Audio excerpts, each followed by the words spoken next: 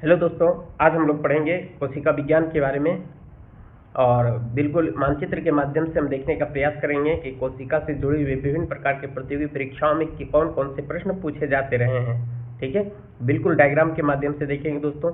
सबसे पहले हम लोग ये जो पीडीएफ दिया गया है, वो पीडीएफ के अलावे मैं एक्स्ट्रा जानकारी देने का प्रयास करता हूँ। यहाँ पे जो अभी आप ध्यानपूर्वक देखेंगे, उसका पीडीएफ जब रीडिंग करेंगे तो बहुत ही ज़्यादा आपको ये मज़ा आएगा पढ़ने में दोस्तों। ठीक है, आइए मैं एक अलग से स्लाइड ले लेता हूँ, वहाँ पर हम देखने का प्रयास करते हैं। ठीक है, जैसे कि अगर मान लिया जाए कि दोस्तों कि कोई मकान बनता है। ठीक है, जब कोई मकान बनता है दोस्तों, तो मकान बनने के दौरान क्या होता है कि मकान बनने के लिए जो सबसे छोटी इकाई होती है दोस्तों, वो ईंट होती है।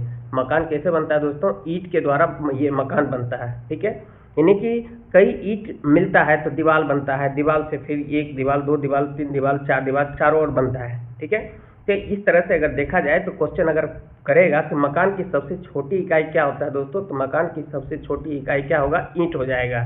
ठीक है, ठीक उसी प्रकार से दोस्तों जिस तरह से मकान की सबसे छोटी इकाई ईंट होता है दोस्तों, ठीक उसी प्रकार से हमारे शरीर की सबसे छोटी इकाई क्या होता है दोस्तों? कोशिका होती है। ठीक है, हमारा जो शरीर है दोस्तों, शरीर का निर्माण किससे हुआ है? तो कोशिका से हुआ है। ठीक है, कोशिका को इंग्लिश में दोस्तों कहते हैं सेल। ठीक है, तो कोशिका का परिभाषा के बारे में हम लोग अभी देखने का प्रयास करेंगे दोस्तों कि कोशिका किसे कहते हैं। ठीक है, तो ये जो अगर सेल की बात करें दोस्तों, तो कई सेल मिलता है तो क्या बनता है दोस्तों? टिश्यू बनता है, यानी कि ऊतक बनता है। ठीक है, और जब कई ऊतक बनता है दोस्तों, तब मिलता है समान तरह के ऊतक जो बनता है। अब ऊतक क्या होता है, इसके बारे में आगे चर्चा करेंगे। ठीक है, तो हमारे शरीर की सबसे छोटी इकाई कोशिका होता है दोस्तों। कोशिका, कई कोशिका मिल जाती है तो ऊतक का निर्माण करता है, और कई ऊतक बनता है तो एक ऑर्गेन का निर्माण करता है। किसका निर्माण करता है दोस्तों? तो ऑर्गेन का निर्माण करता है। फिर कई ऑर्गेन जब मिलता है तो एक क्या बन जाता है दोस्तों? ऑर्गेन सिस्टम बन जाता है। ऑर्गेन सिस्टम बन जाता है। ठीक है, ऑर्गेन सिस्टम बन जाता है दोस्तों। ठीक है, और जब कई ऑर्गेन सिस्टम बनता है तब हमारा एक क्या बनता है दोस्तों? तो बॉडी बनता है। क्या बनता है दोस्तों? बॉडी बनता है। ठीक है, इस तरह से अगर क्वेश्चन पूछा है कोशिका क्या है, तो हमारे शरीर की सबसे छोटी इकाई है, और ये संरचना की दृष्टि से भी छोटी है और क्रिया की दृष्टि से भी छोटी है। इसीलिए क्वेश्चन अगर पूछ दे कि हमारे शरीर की संरचनात्मक एवं क्रियात्मक इकाई क्या है दोस्तों, तो कोशिका है। ठीक है, अब कोशिका के बारे में दोस्तों सबसे पहले खोज किए थे कौन? तो कोशिका की खोज करने वाले वैज्ञानिक थे रॉबर्ट हुक। कौन थे दोस्तों? रॉबर्ट हुक ने कोशिका की खोज किया था। ठीक है, ये आपका कॉर्क के माध्यम से कोशिका का खोज किया था, और ये जीवित कोशिका की खोज करने वाले वैज्ञानिक का नाम है दोस्तों ल्यूवेनहोक। आगे इस सब के बारे में चर्चा करेंगे। ठीक है, जीवित कोशिका खोज ल्यूवेनहोक ने किया था, जबकि सिर्फ कोशिका का खोज, यानी कि ये जो कोशिका खोजा गया था दोस्तों, ये डेड सेल था। ठीक है, रॉबर्ट हुक ने खोज किया था 1665 ईस्वी में। ठीक है, तो इस तरह से आप ध्यान रखने का प्रयास करेंगे दोस्तों कि कोशिका क्या है। तो आपको बता देंगे कोशिका की अगर परिभाषा पूछे तो हमारे शरीर के संरचनात्मक एवं क्रियात्मक इकाई को क्या कहते हैं दोस्तों? कोशिका कहते हैं। ठीक है, और ये जीवित कोशिका का खोज ल्यूवेनहोक ने किया था। ये तालाब के जल में इसका खोज हुआ था दोस्तों, जबकि रॉबर्ट हुक ने सिर्फ कोशिका की खोज 1665 ईस्वी में किया था। ठीक है, अब कोशिका के कौन कौन से भाग होते हैं, जीव द्रव्य क्या होता है, कोशिका द्रव्य क्या होता है ना, या केंद्रक द्रव्य क्या होता है, सभी के बारे में विस्तार से चर्चा हम लोग पीडीएफ के माध्यम से करेंगे। ठीक है, आइए देखते हैं दोस्तों। तो देखिए, ये जो हम कोशिका विज्ञान, सेल बायोलॉजी, सबसे पहले जीव द्रव्य के बारे में दिया गया है। आइए जीव द्रव्य के बारे में देख लेते हैं। इंग्लिश भी देखने का प्रयास करेंगे दोस्तों। जीव द्रव्य को इंग्लिश में कहते हैं दोस्तों प्रोटोप्लाज्म। क्या कहते हैं दोस्तों? प्रोटोप्लाज्म कहते हैं। जीव द्रव्य का नामकरण 1839 ईस्वी में एक वैज्ञानिक किए थे दोस्तों। उस वैज्ञानिक का नाम है जेई पुरकिंजे। यहाँ पर ये नहीं लिखा गया, आगे कहीं मिलेगा दोस्तों। अगर आप नोट्स बना रहे हैं तो वहाँ पर लिख सकते हैं कि जेई पुरकिंजे। क्या है दोस्तों? जेई पुरकिंजे। जेई पुरकिंजे, ये जीव द्रव्य का नाम दिया था, यानी प्रोटोप्लाज्म का नाम दिया था।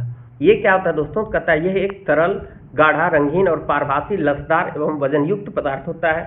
जीव की सभी जैविक क्रियाएं इसी के द्वारा होती है। ठीक है, जितनी भी जैविक क्रियाएं होती है दोस्तों, ये जीव द्रव्य या प्रोटोप्लाज्म के द्वारा ही होता है। ठीक है, आगे हम फिगर के माध्यम से चर्चा करते हैं, पहले ये देख लेते हैं। इसीलिए कहता है दोस्तों जीव द्रव्य या प्रोटोप्लाज्म को जीवन का भौतिक आधार कहा जाता है। ठीक है, जीवन का भौतिक आधार क्या होता है दोस्तों? तो प्रोटोप्लाज्म या तो आपका ये जीव द्रव्य होता है ना।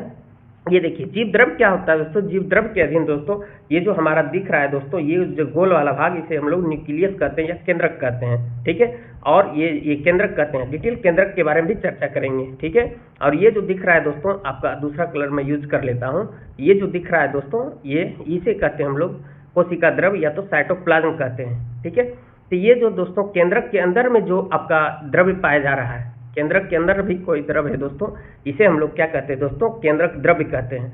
जब केंद्रक द्रव्य और आपका कोशिका द्रव्य, यानी कि अगर देखा जाए इंग्लिश में इसे कहते हैं न्यूक्लियोप्लाज्म, ठीक है। क्या कहते हैं दोस्तों, केंद्रक के अंदर में जो द्रव्य पाया जाता है उसे इंग्लिश में न्यूक्लियोप्लाज्म कहते हैं। न्यूक्लियोप्लाज्म और साइटोप्लाज्म दोनों को जब मिला दिया जाए इसी को कहते हैं दोस्तों प्रोटोप्लाज्म, है ना, जीव द्रव्य। यानी कि जीव द्रव्य के अंतर्गत दोस्तों केंद्रक द्रव्य और कोशिका द्रव्य दोनों शामिल होती है, ठीक है। और जीव द्रव्य का नामकरण करने वाले व्यक्ति का नाम है J.E. पुरकिंस, जो 1839 ईस्वी में किया था, ठीक है। ये आपका फिगर अभी आपने देखा, ठीक है। आइए आगे हम लोग देखने का प्रयास करते हैं PDF के माध्यम से, और फिर फोटो आगे दिया गया है ना। वही यहाँ पर लिखा है दोस्तों जीव द्रव्य के भाग। जीव द्रव्य के दो भाग होते हैं दोस्तों, कौन कौन, कोशिका द्रव्य साइटोप्लाज्म और एक केंद्रक द्रव्य, जो कि अभी आपको मैप के माध्यम से यानी कि फोटो के माध्यम से दिखाए थे। ये देखिए कोशिका है दोस्तों, फिर से मैं अपने से बना देता हूँ, ठीक है। कोशिका के बीच में एक ये गोल संरचना पाया जाता है जिसे केंद्रक कहते हैं, ठीक है। तो ये जो कोशिका है दोस्तों, कोशिका के अंदर में कुछ द्रव्य पदार्थ पाए जाते हैं जिसे हम लोग कोशिका द्रव्य या तो साइटोप्लाज्म कहते हैं, ठीक है। ठीक उसी प्रकार से दोस्तों केंद्रक के अंदर भी कुछ कोशिका केंद्रक द्रव्य पाए जाते हैं जिसे हम लोग केंद्रक द्रव्य कहते हैं। केंद्रक के अंदर पाए जाने वाले ये आपका तरल पदार्थ क्या कहलाएगा दोस्तों, केंद्रक द्रव्य या तो इसी को न्यूक्लियोप्लाज्म कहते हैं, ठीक है। जब ये दोनों मिल जाता है, यानी कि जीव द्रव्य का जो भाग है दोस्तों यही है, एक हो जाएगा आपका ये कोशिका द्रव्य या तो साइटोप्लाज्म, और दूसरा है न्यूक्लियोप्लाज्म यानी कि केंद्रक द्रव्य, ठीक है। वही यहाँ पर लिखा हुआ है दोस्तों, देखिए यहाँ पर परिभाषा लिखा दी गया है कोशिका द्रव्य के बारे में दोस्तों, कहता है यह कोशिका झिल्ली और केंद्रक के बीच पाया जाता है। अब देखिए फिर से एक पार्ट आ गया कोशिका झिल्ली। कोशिका झिल्ली किसे कहते हैं दोस्तों, तो कोशिका के चारों ओर क्या होता है कि मुलायम पतली जिसे झिल्ली पाई जाती है, ठीक है। कोशिका के चारों ओर एक मुलायम झिल्ली पाया जाता है जिसे कोशिका झिल्ली या सेल मेम्ब्रेन कहते हैं, ठीक है। आगे इसके बारे में चर्चा करेंगे दोस्तों, ठीक है। और केंद्रक के बीच, है ना, सेल मेम्ब्रेन ये हो गया, है ना, यानी कि कोशिका झिल्ली, और केंद्रक के बीच यानी ये वाला पार्ट, ठीक है। केंद्रक, ये केंद्रक हो गया, सेल मेम्ब्रेन यानी ये वाला भाग में, ठीक है। ये यही कहता है यह कोशिका झिल्ली और केंद्रक के बीच पाया जाता है, कौन, कोशिका द्रव्य। अभी आपको दिखाएं केंद्रक द्रव्य क्या कहता है दोस्तों, कहता है यह कोशिका के केंद्रक के अंदर पाया जाता है। बार बार आपको बता रहे हैं ये कोशिका है, कोशिका के अंदर में ये केंद्रक है। केंद्रक के अंदर में जो द्रव्य पाया जाता है उसे न्यूक्लियोप्लाज्म या केंद्रक द्रव्य कहते हैं, ठीक है।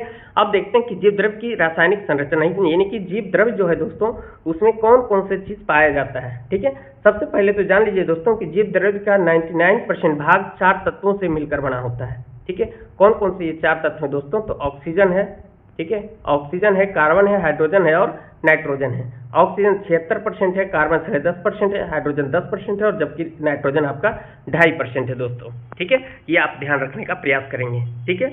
मैं अभी आप लोगों के साथ आपका इमेज के साथ जुड़े हैं दोस्तों, क्योंकि मुझे ऐसा लग रहा था कि आप लोग इंटरेस्ट नहीं ले रहे थे, जब हम गायब हो जाते थे तो शायद आप लोग को बोरिंग महसूस होता होगा, ठीक है। इसलिए मैं थोड़ा सा कष्ट करके ही मैं आप लोगों के बीच में ये बिल्कुल ये आपके साथ जुड़े हुए हैं, ठीक है। तो आप अगर हमारा वीडियो ये पसंद आता हो तो लाइक भी करें और अपने दोस्तों को शेयर भी करें, ठीक है। और कहता है दोस्तों लगभग 80% भाग जल होता है जीव द्रव्य का। जीव द्रव्य में अकार्बनिक और कार्बनिक यौगिकों का रेशियो जो पूछा जाता है दोस्तों 81.19 रहता है ना। अकार्बनिक यानी जिसमें कार्बन की मात्रा नहीं हो, कार्बनिक का होता है जिसमें कार्बनिक का मात्रा हो, ठीक है, कार्बन का मात्रा हो। तो क्वेश्चन पूछेगा दोस्तों कि जीव द्रव्य में अकार्बनिक और कार्बनिक यौगिकों का रेशियो क्या होता है, तो 81:19। कैसे याद रख सकते हैं दोस्तों, अकार्बनिक में आपका ज्यादा, ये देखिए अगर देखने के प्रयास करें दोस्तों 1 2 3 4 5 आपका शब्द है, अक्षर है, जबकि कार्बनिक में 4 ही है, ठीक है। तो ज्यादा इसमें है तो ज्यादा वाला याद रखेंगे 81 और बाद वाला 19, यानी अकार्बनिक और कार्बनिक का रेशियो 81:19 है, ठीक है। ये ध्यान रखने का प्रयास कीजिएगा, ठीक है।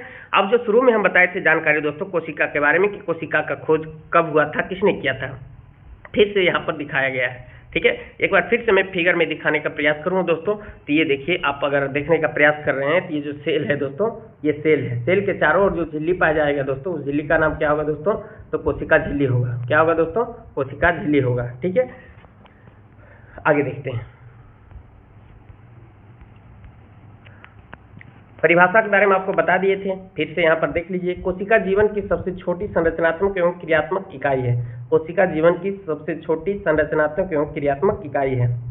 क्वेश्चन पूछे कोशिका किसे कहते हैं, तो कोशिका जीवन की सबसे छोटी संरचनात्मक एवं क्रियात्मक इकाई है। कोशिका को पहली बार देखने एवं वर्णन करने वाले वैज्ञानिक कौन था दोस्तों, रॉबर्ट हुक था। यानी कि कोशिका का खोज किसने किया था, तो रॉबर्ट हुक ने किया था। कब किया था, 1665 ईस्वी में। यहाँ पर छूट गया है तो आप मेंशन कर लेंगे, नहीं तो आप ध्यान रखने का प्रयास करेंगे दोस्तों, ठीक है।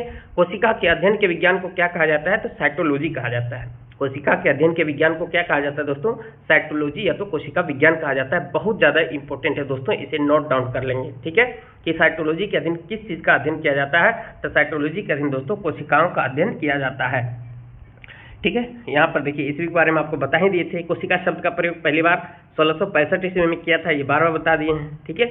अब कोशिकाओं का औसत संगठन ही कोशिका के अंदर जो आपका कोशिका जो बना है दोस्तों, उसमें कौन कौन से तत्व से मिलकर बना है, ठीक है। अभी तो जीव द्रव्य वाला देखे थे दोस्तों, ठीक है। अब कोशिका के अवयव के बारे में देखते हैं, ठीक है। अगर हम देखें दोस्तों, कोशिका में जल की मात्रा सबसे ज्यादा है, 70 से 90% दोस्तों जल है। प्रोटीन 10 से 15% है, कार्बोहाइड्रेट 3% है, लिपिड 2% है, न्यूक्लिक अम्ल दोस्तों 5 से 7% है, और आयन की मात्रा दोस्तों 1% है, ठीक है। इसे भी आप ध्यान रखेंगे। अब देखते हैं कोशिका से महत्वपूर्ण जुड़े हुए महत्वपूर्ण तथ्य के बारे में, कि सबसे छोटी कोशिका कौन होता है दोस्तों, तो जीवाणु होता है। सबसे छोटी कोशिका क्या कौन होता है दोस्तों, आपका जीवाणु में पाए जाने वाले माइकोप्लाज्मा आपका गैलिस सिप्टम, ठीक है। कौन है दोस्तों, आप सीधा याद रखेंगे दोस्तों, माइकोप्लाज्मा। सबसे छोटी कोशिका कौन होता है दोस्तों, तो माइकोप्लाज्मा होता है, ठीक है। जीवाणु में पाए जाने वाली कोशिका है दोस्तों माइकोप्लाज्मा, ठीक है। और जबकि सबसे लंबी कोशिका की बात करें तो सबसे लंबी कोशिका होती है तंत्रिका तंत्र की कोशिका, यानी कि नर्वस सेल, जिसे हम लोग न्यूरॉन कहते हैं। जिसे क्या कहते हैं दोस्तों, न्यूरॉन कहा जाता है। क्वेश्चन पूछेगा कि सबसे लंबी कोशिका कौन है, तो तंत्रिका कोशिका है या फिर नर्व सेल है, या जिसे न्यूरॉन कहते हैं। न्यूरॉन के बारे में डिटेल चर्चा दोस्तों जब हम लोग तंत्रिका तंत्र के बारे में स्पेशल पढ़ेंगे, ठीक है, नर्वस सिस्टम के बारे में, तो वहां पर देखने का प्रयास करेंगे, ठीक है। सबसे बड़ी कोशिका की बात करें दोस्तों, सबसे बड़ी कोशिका आपका शुतुरमुर्ग के अंडे हैं, ठीक है। सबसे बड़ी कोशिका शुतुरमुर्ग के अंडे, जबकि सबसे छोटी कोशिका माइकोप्लाज्मा है। और सबसे लंबी की बात करें दोस्तों, सबसे लंबी आपका न्यूरॉन यानी कि तंत्रिका तंत्र की कोशिकाएं हैं, ठीक है। ये तथ्य आप ध्यान रखेंगे। अब कोशिका सिद्धांत के बारे में देखते हैं, कोशिका सिद्धांत क्या होता है। कोशिका सिद्धांत को इंग्लिश में सेल थ्योरी कहता है दोस्तों। कोशिका सिद्धांत देने वाले दो वैज्ञानिक थे दोस्तों, एम स्लाइडेन और टी स्वान, ठीक है। सबसे पहले जानेंगे दोस्तों कोशिका सिद्धांत 1838-39 ईस्वी में दिया गया था। कोशिका सिद्धांत क्या होता है दोस्तों, कि जितने भी आपका जीव होते हैं सभी कोशिकाओं से बना होता है। पहला क्या है दोस्तों, जितने भी जीव होते हैं सभी कोशिकाओं से बना होता है, ठीक है। और दूसरा कहता है कि जितने भी कोशिकाएं हैं ये पूर्ववर्ती कोशिकाओं से मिलकर बना होता है, ठीक है। आगे चर्चा कर लेते हैं, ठीक है। और यहाँ पर लिखा है कोशिका सिद्धांत का प्रतिपादन 1838-39 में किया गया था, ठीक है। पूरा नाम है दोस्तों मैथियास स्लाइडेन, है ना, जिसे हम लोग एम स्लाइडेन कहते हैं, ठीक है। और आपका क्या है, थियोडोर श्वान। आपको सिर्फ याद रखना है स्लाइडेन और श्वान। कोशिका सिद्धांत किसने दिया था दोस्तों, स्लाइडेन और श्वान ने दिया था। कब दिया था, 1838-39 ईस्वी में दिए थे, ठीक है। और क्या कहता है, लेकिन उनका सिद्धांत यह स्पष्ट नहीं कर सका है कि नई कोशिकाओं का निर्माण कैसे होता है, ठीक है। नई कोशिकाओं का निर्माण कैसे होता है यह स्पष्ट नहीं किया था। ये स्पष्ट किए थे कौन, विर्चो, रुडोल्फ विर्चो। ये 1855 ईस्वी में स्पष्ट किया था, ठीक है।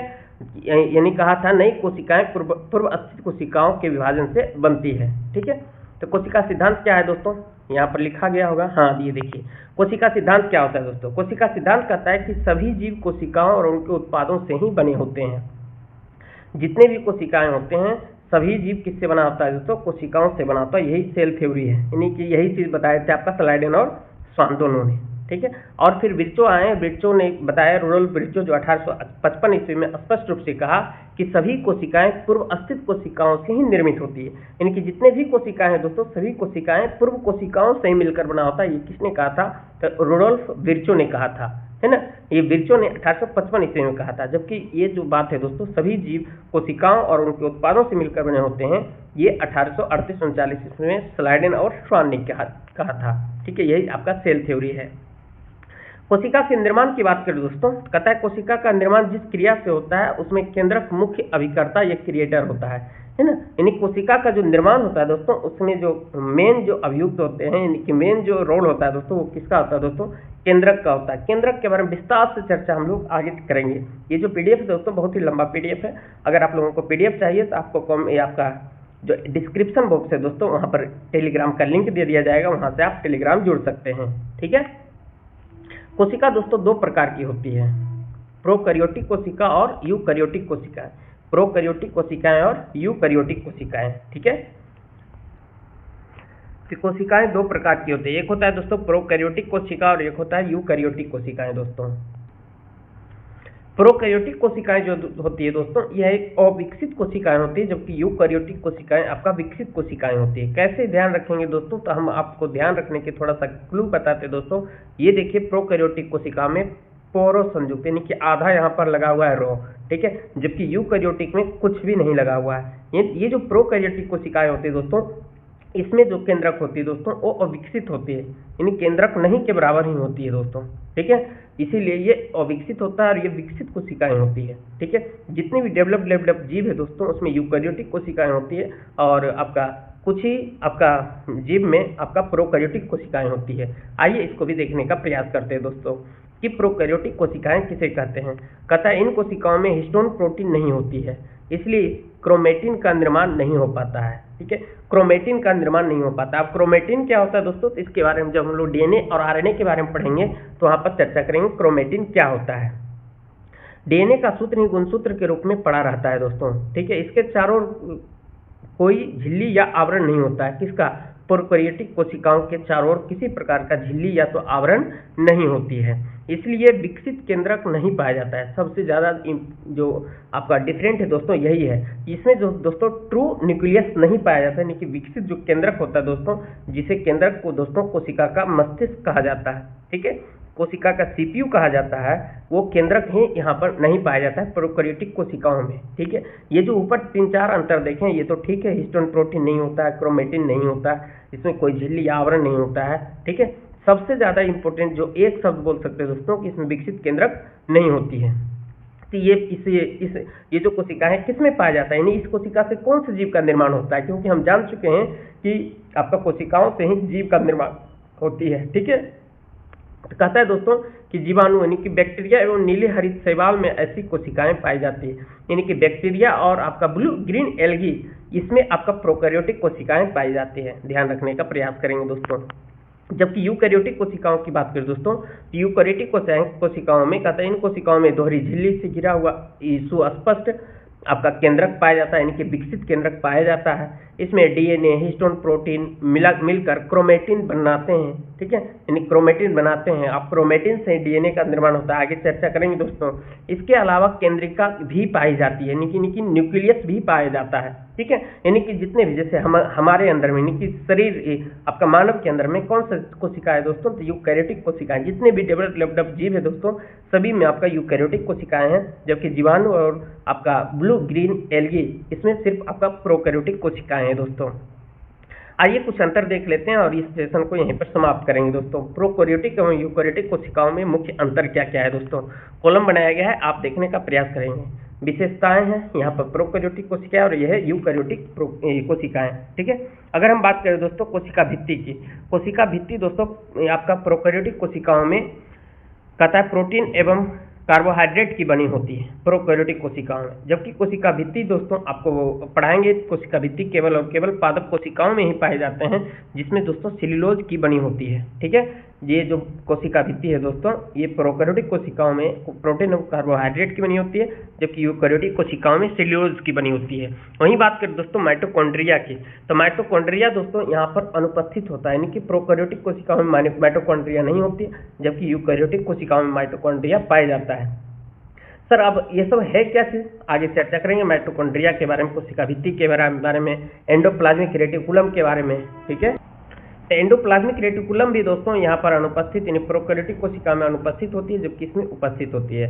राइबोसोम, राइबोसोम क्या होता है इसके बारे में भी चर्चा करेंगे दोस्तों। इसमें 70S प्रकार का राइबोसोम पाया जाता है, जो कि यूकैरियोटिक कोशिका में 80S प्रकार की आपका राइबोसोम पाया जाता है। गोल्जी काय की बात करें, इसमें अनुपस्थित होता है, जबकि इसमें उपस्थित। इसमें कहें तो प्रोकैरियोटिक, इसमें कहें तो यूकैरियोटिक। केंद्रक झिल्ली इसमें अनुपस्थित होता है, इसमें उपस्थित। यही तो मुख्य आपका अंतर बता देता है प्रोकैरियोटिक और यूकैरियोटिक में दोस्तों। वहीं बात करें दोस्तों लाइसोसोम, लाइसोसोम की बात करें तो लाइसोसोम भी आपका प्रोकैरियोटिक में अनुपस्थित होता है, जबकि यूकैरियोटिक में उपस्थित होती है। डीएनए की बात करें दोस्तों, कहता है एकल सूत्र के रूप में पाया जाता है, जबकि इसमें दोहरे सूत्र के रूप में विकसित होती है, ठीक है। और फ्लेजला जो कशाभिका कहते हैं, आगे फ्लेजला के बारे में कभी चर्चा करेंगे दोस्तों। इसमें कहता है केवल एक तंतु होता है, इसमें कुल 11 तंतु होते हैं, ठीक है। वहीं बात करें दोस्तों केंद्रिका न्यूक्लियस के बारे में, ये अनुपस्थित होता है, ये उपस्थित। सेंट्रियोल अनुपस्थित और ये उपस्थित। श्वसन, श्वसन दोस्तों जो प्रोकैरियोटिक कोशिकाएं श्वसन करती है दोस्तों आपका प्लाज्मा झिल्ली के द्वारा, जबकि इसमें माइटोकॉन्ड्रिया के द्वारा आपका श्वसन की क्रिया होती है, ठीक है। लिंग प्रजनन की बात करें दोस्तों, तो इसमें लिंग प्रजनन नहीं होता है प्रोकैरियोटिक कोशिकाओं में, जिसमें इसमें पाया जाता है, ठीक है। प्रकाश संश्लेषण के बारे में बात करें दोस्तों, थाइलाकोइड प्रोकैरियोटिक कोशिकाओं में थाइलाकोइड में पाया होता है, जबकि इसमें पत्तियों में भी, वो भी क्लोरोप्लास्ट में होती है प्रकाश संश्लेषण की क्रियाएं।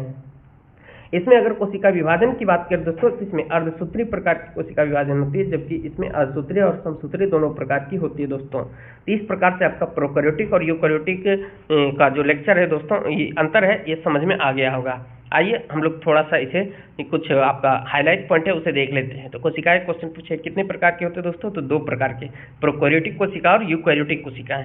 प्रोकैरियोटिक कोशिकाओं में वास्तविक केंद्रक नहीं होती, जबकि आपका यूकैरियोटिक कोशिकाओं में विकसित केंद्रक होती हैं। राइबोसोम की बात करें दोस्तों, तो प्रोकैरियोटिक कोशिकाओं में 70S प्रकार के राइबोसोम, जबकि आपका यूकैरियोटिक कोशिकाओं में 80S प्रकार के राइबोसोम होते हैं। डीएनए की बात करें दोस्तों, इसमें एकल सूत्र वाला प्रोकैरियोटिक कोशिकाओं में और यूकैरियोटिक कोशिकाओं में दोहरा सूत्र वाला, ठीक है। अब हम लोग नेक्स्ट लेक्चर में दोस्तों कोशिका के मुख्य भाग के बारे में चर्चा करेंगे।